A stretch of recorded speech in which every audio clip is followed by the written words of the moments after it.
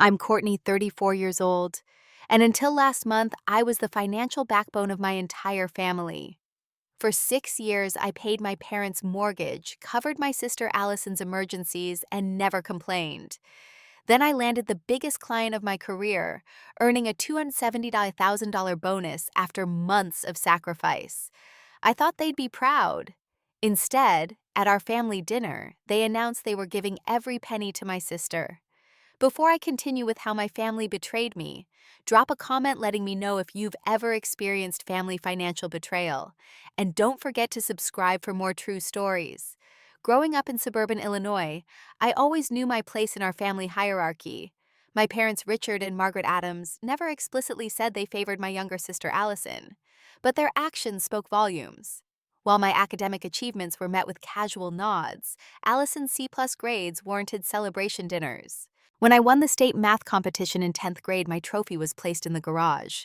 When Allison placed third in a local beauty pageant, her ribbon occupied the center of our mantelpiece for years. Courtney's smart enough to figure things out on her own, my father would say whenever I needed help with something. Allison needs more guidance. This pattern continued throughout our childhood. I learned to be self-sufficient, working part-time jobs from age 16 to save for college while maintaining a 4.0 GPA.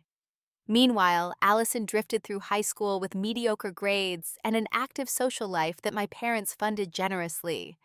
When college acceptance letters arrived, I received a partial scholarship to Northwestern University. My parents' response wasn't congratulatory, but concerned about the remaining costs. "We can contribute about $5,000 per year," my father announced at dinner. "You'll need to figure out the rest." I nodded, having expected this. I'd already secured additional scholarships and planned to work throughout college. What I hadn't anticipated was overhearing my parents' conversation with Allison that same night. "Don't worry about tuition," my mother assured her. "We'll cover whatever you need when you're ready for college. Your sister's scholarship proves she doesn't need as much help." Allison never went to college. After high school, she moved into an apartment my parents helped secure working retail jobs. She rarely kept longer than a few months. Whenever she couldn't make rent, my parents dipped into their retirement savings to help her. I graduated summa cum laude with a double major in finance and economics, immediately landing an entry-level position at Sullivan & Westbrook, a prestigious financial firm in Chicago. The starting salary wasn't impressive, but the growth potential was enormous. I lived with 3 roommates in a cramped apartment, ate ramen noodles most nights, and worked 70-hour weeks. My career advanced steadily through determination and strategic risk-taking. I navigated the male-dominated finance world by working harder than everyone else. By 28, I had been promoted to senior financial analyst with a comfortable 6-figure salary. I finally moved into my own apartment, small but mine. That same year, my father suffered a minor heart attack. Though he recovered, doctors advised him to retire early from his management position at a manufacturing plant. My mother had always worked part-time as a dental receptionist, but her income wasn't enough to maintain their lifestyle and the mortgage on the house where I grew up. "We might have to sell the house," my mother told me during one of my weekend visits home. The fear in her eyes made my decision for me. "I'll help," I said without hesitation. "I can cover the mortgage until Dad's health improves." What started as a temporary arrangement became my permanent responsibility. My parents never discussed finding alternative housing or adjusting their spending habits. Instead, each month I transferred $2,100 to their account for the mortgage payment, plus extra for property taxes and insurance. Simultaneously, Allison's financial emergencies became increasingly frequent. Her car broke down, her apartment flooded, her roommate moved out unexpectedly. Each crisis was presented to me as if I were the only possible solution. "Your sister doesn't make what you do," my mother would remind me. "She's struggling." I never mentioned that Allison's struggles often stemmed from her own choices. Quitting jobs without having new ones lined up, dating men who exploited her financially, or impulsively adopting pets she couldn't afford to care for. By my 30th birthday, I was effectively supporting 3 adults. My own financial goals, paying off my student loans, buying a home instead of renting, building substantial retirement savings, remained distant dreams as nearly 40% of my income went to my family. Then came the opportunity that would change everything. Sullivan and Westbrook had been pursuing Nakamura Corporation, a Japanese technology conglomerate, looking to expand into American markets for years without success. When their usual team lead became unavailable due to a family emergency, I volunteered to take over the pitch. "This is a long shot, Adams," my boss warned. "They're notoriously difficult to please." I spent weeks researching Japanese business customs and creating a tailored financial strategy for Nakamura's expansion. My pitch impressed them enough to continue discussions beginning 6 months of intensive work. I flew to Tokyo 5 times, sacrificed weekends and holidays, and barely slept as I refined proposals and navigated cross-cultural negotiations. During this period, my family's demands didn't decrease. If anything, they intensified. "I know you're busy with work, but family comes first," my mother said when Allison received an eviction notice after missing 3 months' rent. I covered Allison's $4,800 in back rent and late fees from my savings, missing an important client dinner, because I was on the phone with her landlord. As the Nakamura deal progressed, I began to imagine what success might mean. The standard bonus structure for landing a client of this magnitude would be substantial, potentially life-changing. For the first time, I allowed myself to dream of financial freedom, paying off my remaining $78,000 in student loans, making a down payment on a condo, perhaps even taking an actual vacation. What I couldn't have imagined was how that success would become the catalyst for the most painful betrayal of my life. The Nakamura negotiations entered their final stages, just as Allison hit another financial crisis. Her car had been repossessed after she fell behind on payments, and she needed transportation to keep her newest job at a boutique downtown. "Mom and Dad are tapped out," she texted me. "Can you loan me $6,000 for a used car? I'll pay you back, I promise." The timing couldn't have been worse. I was preparing crucial documentation for Nakamura's legal team, working 18-hour days and sleeping at the office. Still, I found myself at the bank during my lunch break wiring money to my sister.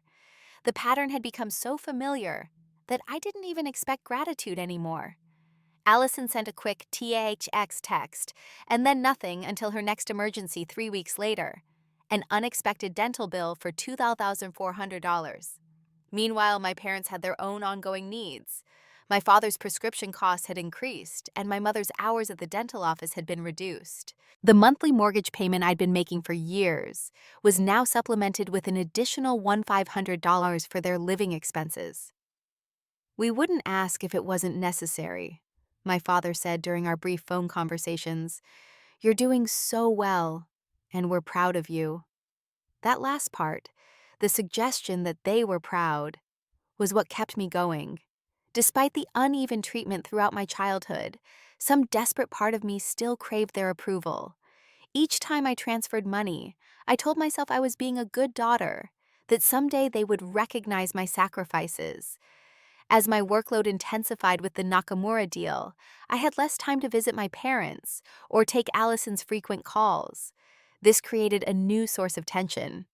"You're becoming too caught up in that corporate world," my mother complained. "Family should always come first." "Your sister is really struggling without your support," my father added during another call. "She doesn't have your advantages." These comments stung. My advantages were the result of years of hard work, careful planning, and personal sacrifice. No one had handed me anything. I'd earned every promotion, every raise, every opportunity through persistent effort. Meanwhile, Allison continued to receive emotional and financial support from our parents, despite her repeated poor choices. The resentment I'd suppressed for years began bubbling to the surface. During one particularly exhausting week, when I'd been at the office until 2 a.m. 3 nights in a row, I received a group text from my family.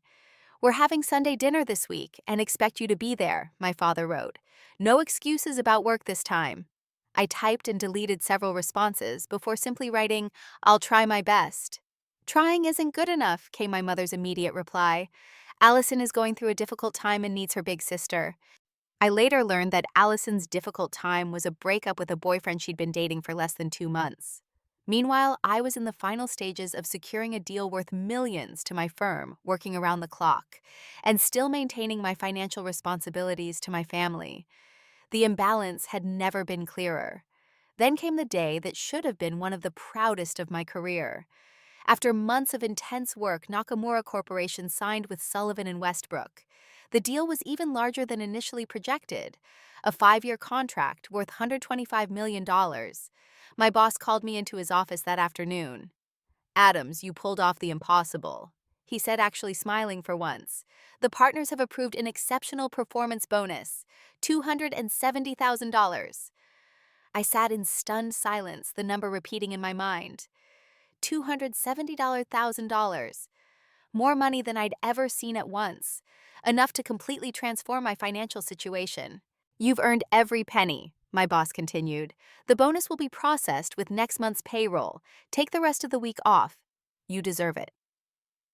I walked out of the office in a daze, my mind racing with possibilities.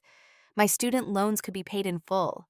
I could make a substantial down payment on a condo in a neighborhood I actually wanted to live in. I could start a serious investment portfolio beyond my 401k. For the first time in years, I could prioritize my own financial future. That evening, I called my parents to share the news. I expected congratulations, maybe even pride. "That's wonderful, honey," my mother said, her voice brightening. "What perfect timing."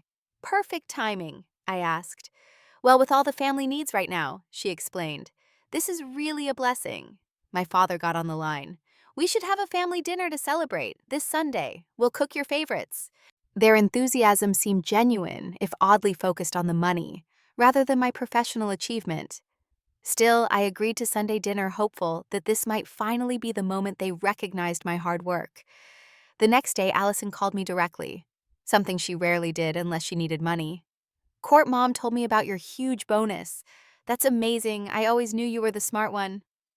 Her sudden interest in my career should have been a warning sign, but I was too caught up in my own excitement to notice.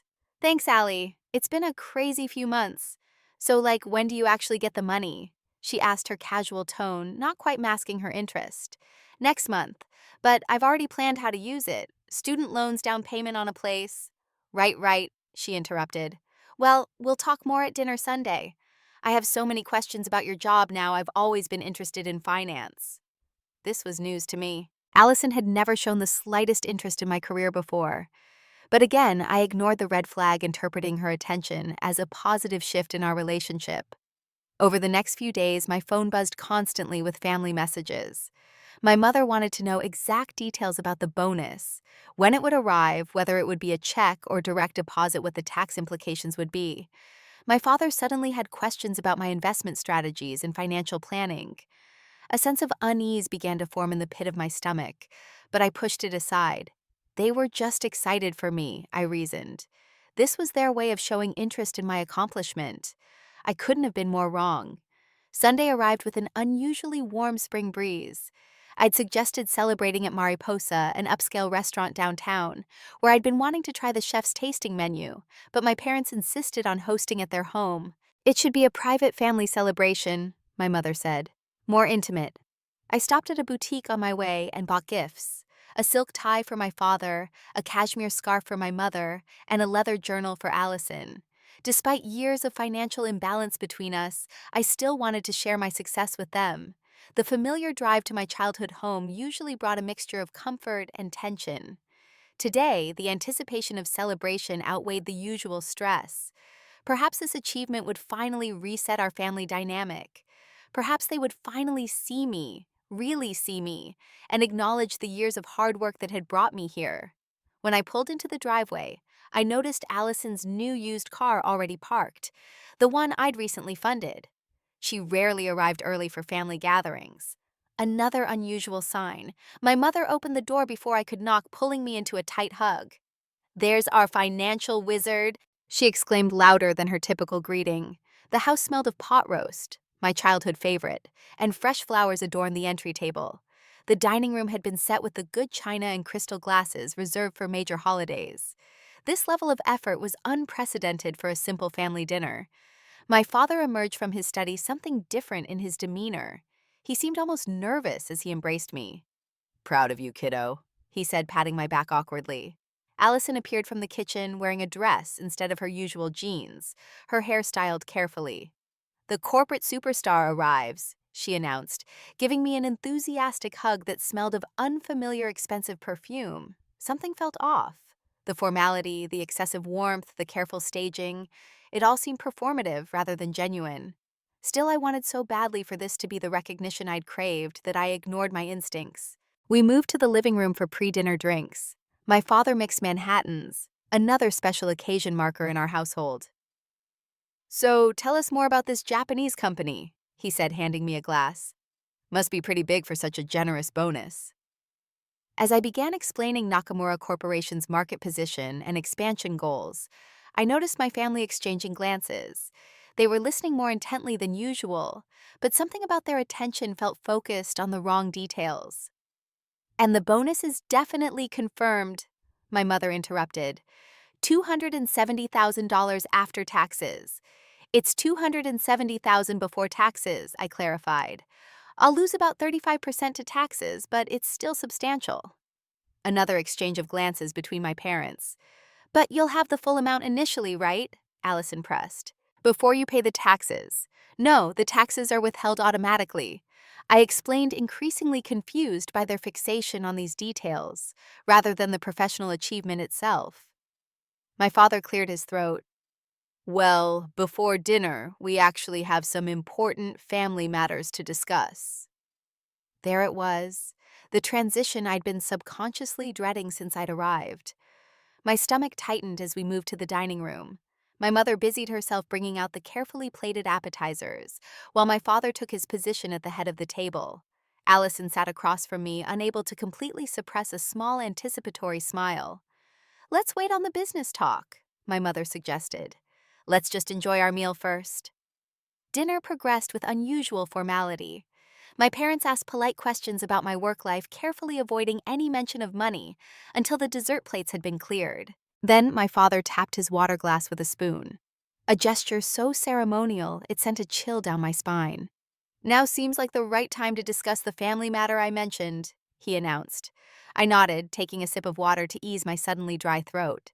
Little did I know that the next few minutes would shatter the foundation of my family relationships forever. "First, let me say again how proud we are of you, Courtney." My father began, his voice taking on the formal tone he'd used when addressing staff at his former workplace. "Your success is a credit to the values we instilled in you." My mother nodded enthusiastically beside him. "You've always been our reliable one. And that reliability has never been more important than now," my father continued. "As you know, this family has faced some financial challenges. Your assistance over the years has been appreciated." I noticed he didn't say generous or sacrificial, just appreciated, as if I'd picked up the occasional lunch tab rather than funded their entire lifestyle for years. "What you may not fully understand," he continued, "is the extent of your sister's struggles." At this, Allison lowered her eyes to her empty dessert plate, a practiced look of distress crossing her features. "While you've thrived in your career, Allison has faced numerous setbacks." My mother interjected, reaching across to pat Allison's hand. "Not everyone is blessed with your advantages." There was that word again. Advantages. As if my success had been handed to me rather than earned through countless sacrifices.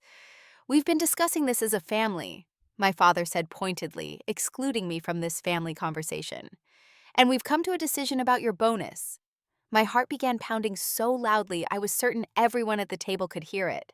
"A decision about my bonus."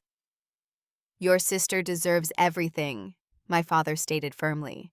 "She's had so few opportunities compared to you. This is her chance to finally get ahead." My mother jumped in, her words rushing out as if she'd rehearsed them. "We've worked out exactly how the money should be allocated. $85,000 to clear Allison's debts. Credit cards, personal loans, the money she owes her landlord." I sat frozen, unable to process what I was hearing. "Then $150,000 for a down payment on a house," my father continued. "Property is a solid investment and Allison needs stability." "And the remaining $35,000 will give her a fresh start," my mother added. "New furniture, professional clothes for job interviews, maybe even some courses to improve her skills." They had it all planned out. Every dollar of my bonus, money I had earned through months of grueling work, had already been mentally redistributed to Allison. I looked across at my sister, expecting perhaps a hint of embarrassment or gratitude. Instead, she met my gaze with entitled expectation, as if this plan made perfect sense to her. "Isn't this wonderful?" my mother asked, mistaking my shocked silence for contemplation. "You've always wanted to help your sister, and now you can make a real difference in her life." I felt physically ill. The room seemed to tilt slightly, the carefully arranged table setting blurring before my eyes. A high-pitched ringing started in my ears as I struggled to comprehend the magnitude of what was happening. You, you think my bonus is yours to allocate?" I finally managed to ask, my voice barely above a whisper. My father frowned clearly, not expecting resistance. "Courtney, this is about family, about helping those who need it most." "I've been helping for years," I said, my voice strengthening slightly. "I pay your mortgage. I cover Allison's emergencies. I've given and given while putting my own financial future on hold." "That's what successful family members do," my mother replied dismissively. "Besides, you'll earn more bonuses. Allison doesn't have those opportunities." "Because she doesn't work for them," I said before I could stop myself. The table fell silent. I'd never openly criticized Allison's choices before. "That's unfair," my father said sternly. "Your sister has faced challenges you couldn't understand." "Like what?" I asked, genuine curiosity breaking through my shock. "What exactly are these insurmountable challenges that justify taking $250,000 that I earned?" Allison finally spoke, her voice trembling with practiced emotion. "Not everyone can be perfect like you, Courtney. Some of us struggle. Some of us need help." "I've been helping," I exclaimed, my volume rising involuntarily. "I bought your car, I paid your rent, I covered your dental work. What have you done to help yourself?" "See, this is exactly the attitude we worried about," my mother interjected. "This success has made you selfish." I stared at her in disbelief. Selfish for wanting to keep the money I earned, for wanting to pay off my own student loans before funding my sister's fifth fresh start. "We've already discussed this with Allison," my father said firmly. "She's counting on this money. She's already spoken with a realtor about houses." The realization hit me like a physical blow. You You promised her my bonus before I even received it without asking me." No one denied it. The silence was confirmation enough. "How long have you been planning this?" I asked, looking from face to face. My mother at least had the decency to look uncomfortable. "We started discussing it when you first mentioned the potential bonus 3 months ago." 3 months. While I was working 18-hour days to close the Nakamura deal, my family had been plotting to claim the rewards. While I was sacrificing sleep, personal time, and health, they were deciding how to spend money I hadn't even earned yet. The betrayal was so complete, so absolute, that it transcended anger and landed somewhere in the realm of clarity. In that moment, everything I had ever questioned about our family dynamic crystallized into perfect, painful understanding. I wasn't valued. I was useful. The realization washed over me, like ice water, shocking, but ultimately clarifying. Every memory of inequity throughout my childhood and adult years suddenly aligned into a pattern I could no longer ignore. I wasn't the loved daughter who happened to be successful. I was the successful daughter who was loved conditionally for what I could provide. "Let me make sure I understand," I said, my voice steadier than I felt. "You've spent years taking my financial support for granted. You've consistently prioritized Allison's needs over mine. And now you've decided, without consulting me, that my professional achievement should be entirely redirected to my sister because she deserves everything. Is that correct?" My father shifted uncomfortably. "You're making it sound cold and calculated. This is about family taking care of family." "But only one member of this family seems to do the taking care of," I pointed out. "And only one seems to do the taking." "That's not fair, Courtney," my mother protested. "We gave you everything growing up." "Did you?" "Because I remember paying for my own car, my own college, my own apartment. I remember working since I was 16 while Allison got allowances well into her 20s. "Your sister hasn't had your advantages," my father began. "Stop saying that," I interrupted, finally losing my composure. "What advantages?" "The advantage of working harder, of making responsible choices, of sacrificing for goals instead of expecting handouts." Allison's face hardened. Not everyone can be Little Miss Perfect like you. Some of us have real struggles. Like what, Allison? Please enlighten me about these massive obstacles you faced that I somehow avoided. We grew up in the same house with the same parents in the same schools. You don't understand what it's like living in your shadow, she snapped. Everything always came so easily to you. Easily, I echoed in disbelief. I worked for everything I have. Nothing was handed to me. Unlike you, who seems to think my bonus should be handed to you on a silver platter. My father slammed his hand on the table, making the crystal glasses jump. That's enough. We're not asking Courtney. We're telling you how this is going to work. Your sister needs this money more than you do. It's the right thing to do. The right thing, I repeated slowly. You think it's right to demand that I give up nearly $300,000 that I earned through my own hard work? It's not like you're struggling, my mother interjected. You have a good salary. A salary that you've been benefiting from for years, I reminded her. Do you have any idea how much money I've already given this family? Over $200,000 in the past 6 years. Money that I could have used to buy my own home or invest for my future. My parents exchanged glances, clearly uncomfortable with the explicit accounting of my contributions. That's different, my father insisted. That was necessary support during difficult times. And what about my difficult times? I asked. When I was working around the clock for this client, barely sleeping, missing social events, and any semblance of personal life, where was your concern then? You've always been independent, my mother said, as if this were a flaw rather than a strength. Independent by necessity, I corrected, because I learned early that I couldn't count on the support others received automatically. A heavy silence fell over the table. I could see the calculations happening behind my parents' eyes. How to regain control of the conversation, how to steer it back toward their desired outcome. Allison broke the silence. You're making us sound terrible just because we're asking for help. Asking would be different, I replied. You're not asking, you're expecting. You've already planned how to spend my money without even consulting me. Because we knew you'd make it difficult, she retorted.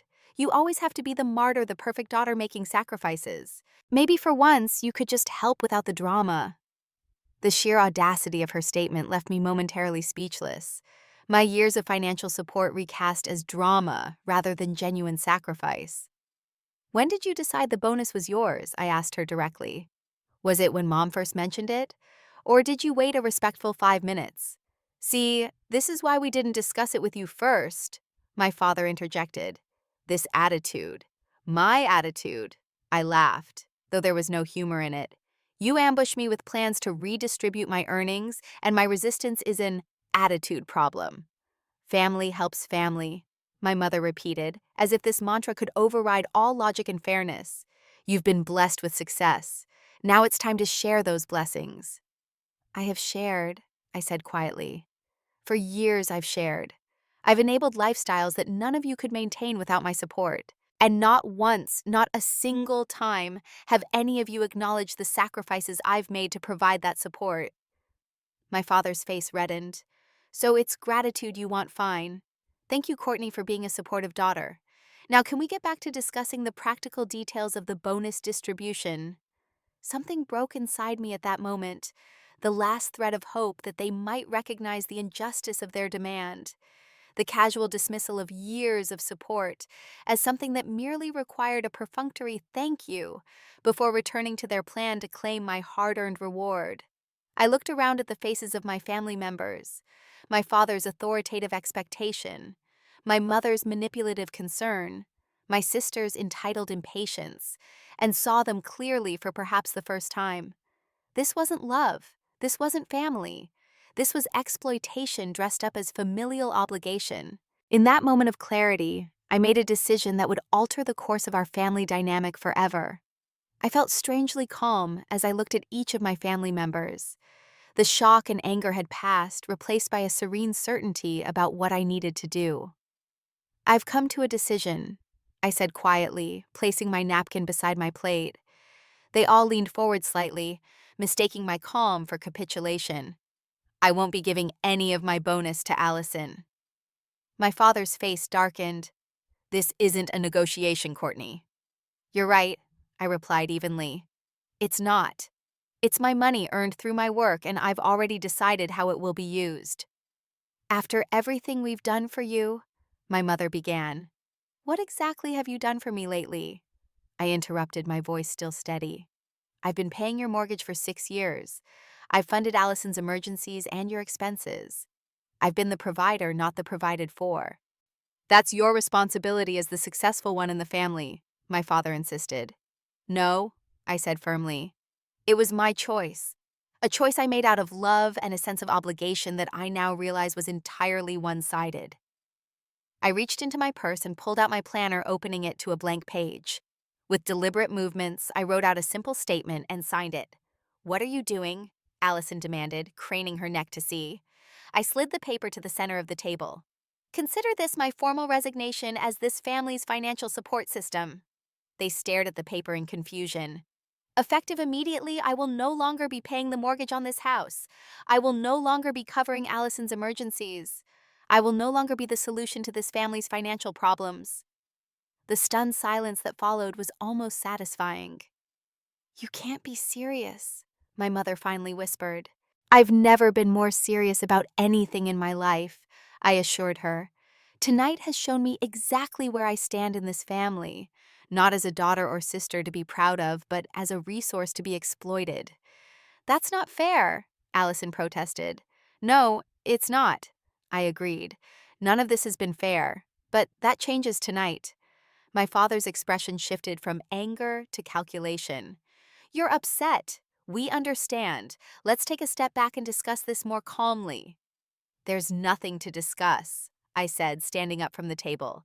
My bonus is mine. My financial future is mine to determine, and my support for this family is now officially ended. You would leave us homeless, my mother gasped dramatically. You have options, I pointed out. You can sell this house and downsize. Dad can find part-time work. Allison can get a full-time job and contribute. The solutions are numerous. They just don't include me anymore. This is how you repay us for raising you, my father demanded, his voice rising. I've repaid that debt many times over, I replied. And that's the problem. You see familial love as a transaction, a debt to be paid. I'm canceling that account. I retrieved my purse and jacket, suddenly eager to leave this house and the toxic dynamic it represented. You'll regret this, Allison said, panic edging into her voice as she realized I was serious. What about my house, my debts? Not my problem anymore, I said simply. Perhaps this will be the motivation you need to solve your own problems for once. My father stood up, his face flushed with anger. If you walk out that door, don't expect to be welcomed back. I paused, considering his threat. Is that supposed to frighten me? To make me reconsider? Because all it does is confirm that my presence in this family has always been conditional on what I can provide. That's not what he meant, my mother interjected desperately. It's exactly what he meant, I corrected her. And it's clarifying in a way. Thank you for finally being honest about where I stand. I walked to the door, surprised by how light I felt with each step. Years of resentment and obligation seemed to fall away as I reached for the handle. Courtney, please, my mother called after me. We can figure this out. I turned back one last time. There's nothing to figure out. I've spent years supporting this family at the expense of my own goals and needs. That ends today. So you're just abandoning your family? My father demanded. No, I said, meeting his gaze steadily. I'm just following the example you set, prioritizing what benefits me most. You've been excellent teachers in that regard. With those final words, I walked out, closing the door firmly behind me. In my car, I sat for a moment, waiting for the crushing guilt or regret to hit me. Instead, I felt an overwhelming sense of liberation, as if I'd put down a burden I'd carried for so long, that I'd forgotten what it felt like to stand straight. My phone began buzzing immediately, texts and calls from my family. I silenced it and drove away from my childhood home, not yet knowing where I was headed, but certain for the first time in years that I was moving in the right direction. The first week after I walked out of my parents' house was the hardest. My phone constantly lit up with messages ranging from guilt-inducing, "How could you abandon your family?" to threatening, "We'll lose the house without your support," to seemingly conciliatory, "Let's talk about a compromise." I didn't respond to any of them. Instead, I focused on reclaiming my life and my future. The first step was meeting with a financial advisor to create a plan for my bonus. After taxes, I would have approximately $175,500 remaining, still a life changing amount. We outlined a clear strategy, $78,000, to pay off my student loans completely, $85,000 for a down payment on a condo in Lincoln Park, and the remaining $12,500 to start an emergency fund separate from my regular savings. This puts you in an excellent position, my advisor confirmed. Debt-free with property in a desirable neighborhood. You've made smart choices. Those words, that I had made smart choices, resonated deeply. For years, my family had implied that my success was somehow accidental or unearned. Hearing an objective professional validate my decisions was surprisingly emotional. The calls and texts continued for weeks. My father's messages grew increasingly desperate as the mortgage due date approached. My mother tried emotional manipulation, sending photos of my childhood bedroom and reminders of family holidays. Allison vacillated between anger, "You've always been selfish," and bargaining, "Just help with my credit card debt, that's all I'm asking." I maintained my silence using the block feature when necessary to preserve my mental health. 2 months after the fateful dinner, my bonus was deposited. I implemented my financial plan immediately, feeling a profound sense of accomplishment as I made the final payment on my student loans. The weight of educational debt that had followed me for 12 years vanished with a single transaction. Working with a realtor, I found a one-bedroom condo in a well-maintained building with a rooftop garden and a short walk to the lake. It was modest, but mine, the first property I would own, purchased entirely through my own efforts.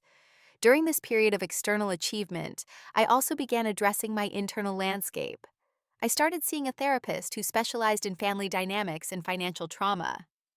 What you've experienced is a form of financial abuse, Dr. Winters explained during one of our early sessions. Your family created a dynamic where your value was tied to what you could provide materially.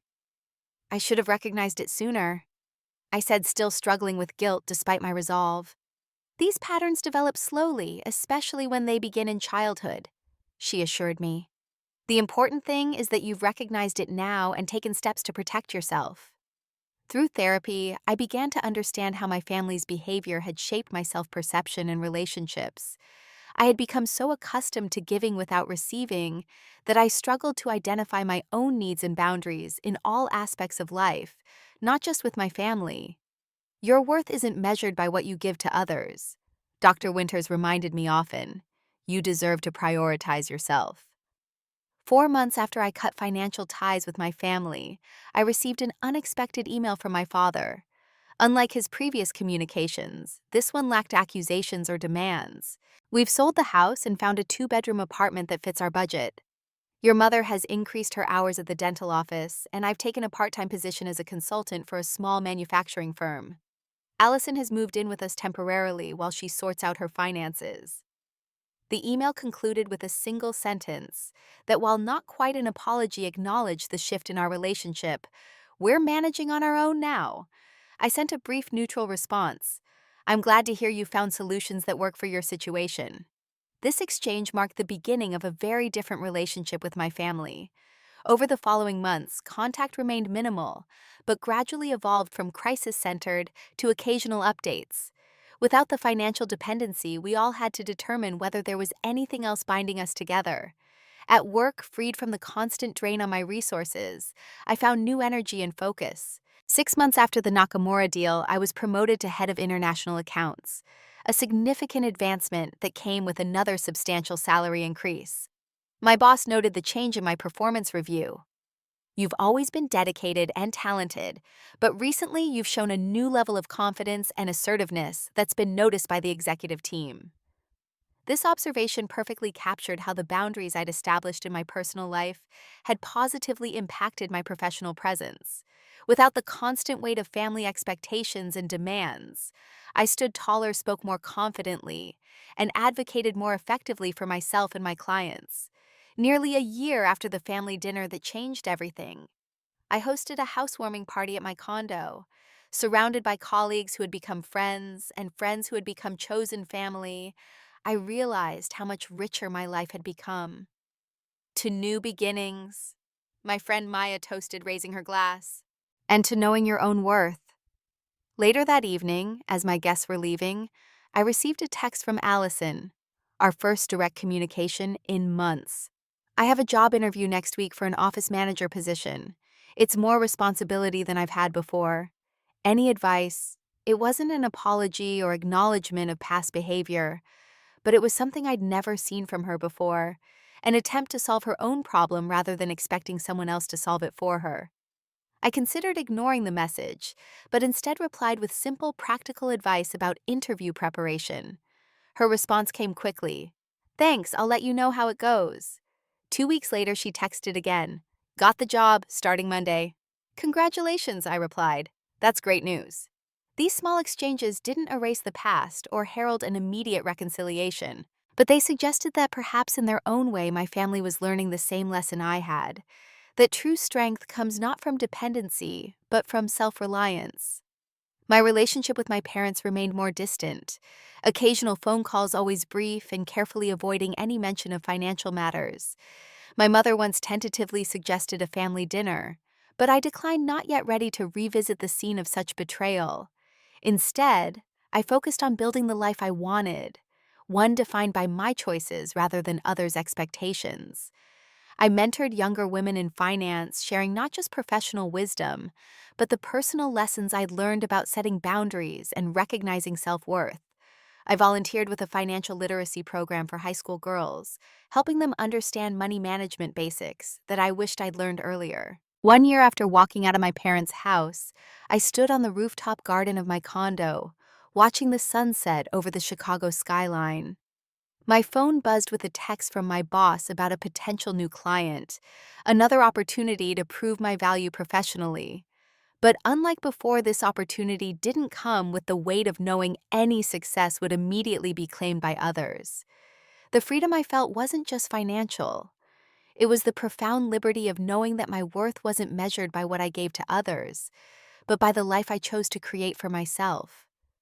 The journey hadn't been easy, but standing there in the fading light, I knew with absolute certainty that I had made the right choice. True family supports your success rather than exploiting it. True love celebrates your achievements rather than claiming them. And true worth comes not from what you provide, but from who you are when you honor yourself enough to say no to those who would take advantage. I had finally learned that setting boundaries isn't selfish. It's the foundation of genuine self-respect. And sometimes the most powerful word in the world is simply enough. Have you ever had to walk away from toxic family dynamics to preserve your own well-being, or set boundaries that others didn't want you to establish? Share your story in the comments below. Don't forget to like this video if it resonated with you, subscribe for more real-life experiences, and hit the notification bell so you never miss a new upload. Thank you for listening to my journey. May it give you the courage to honor your own worth, whatever that might mean in your life.